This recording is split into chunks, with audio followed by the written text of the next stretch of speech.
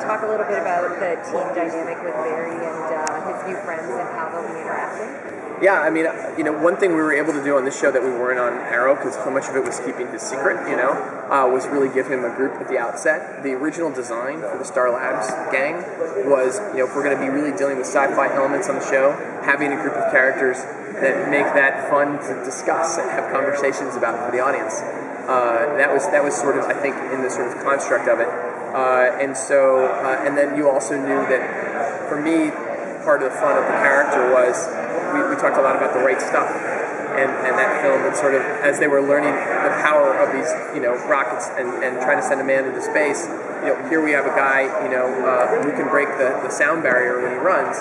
And he's this jet, he's sort of this human jet. So all of the science of him, or like you think about Apollo 13 or something, like those kind of movies where it's like putting that kind of stuff together. That's kind of the fun stuff, I think, for the team. And then there's the emotional half of it of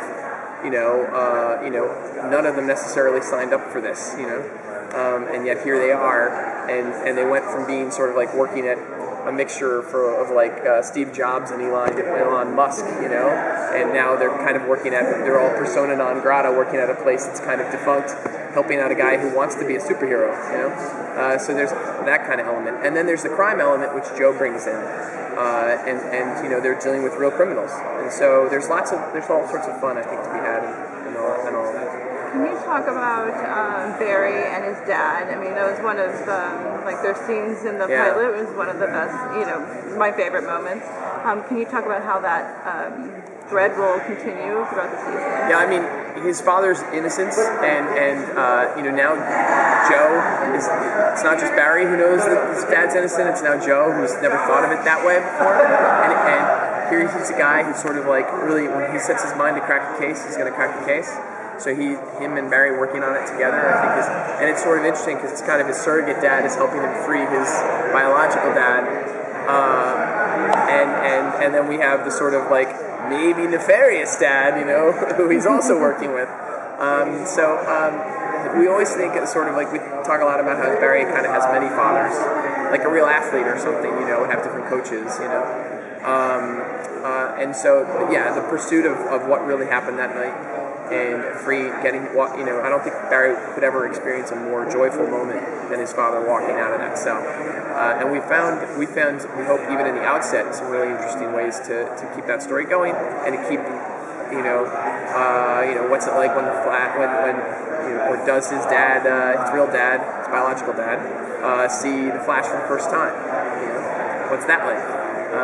So there's all sorts of, I think, fun elements. Do you have any plans to bring in any other actors from the original Flash TV series? We certainly have the hope to. I think that would be cool. Just because for us, and again, so much of like when we go to work every day, we're like, all right, we have this many horrible, challenging things to deal with, and what would be fun, And that's on our list of like what would be fun, I think. But we haven't settled on who that would be.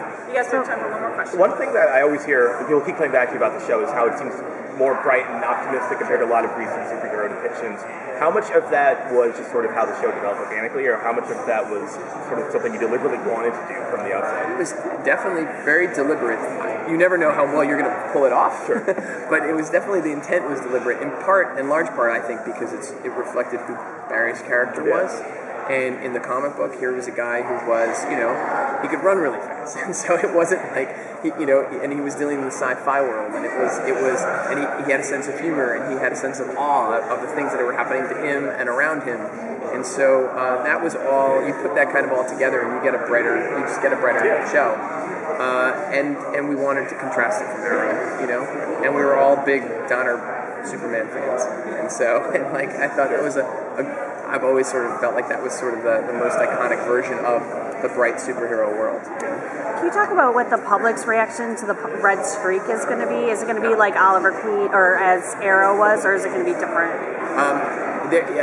It's going to be different. And it's also because he's not necessarily a vigilante out putting arrows in people. Right. And there's also other weird shit happening in this town.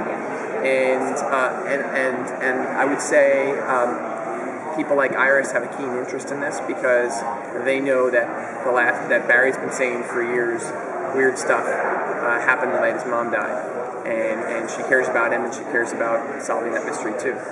So, Okay, thank you. Thank you. Thank you so much, Greg. Nice to see you guys.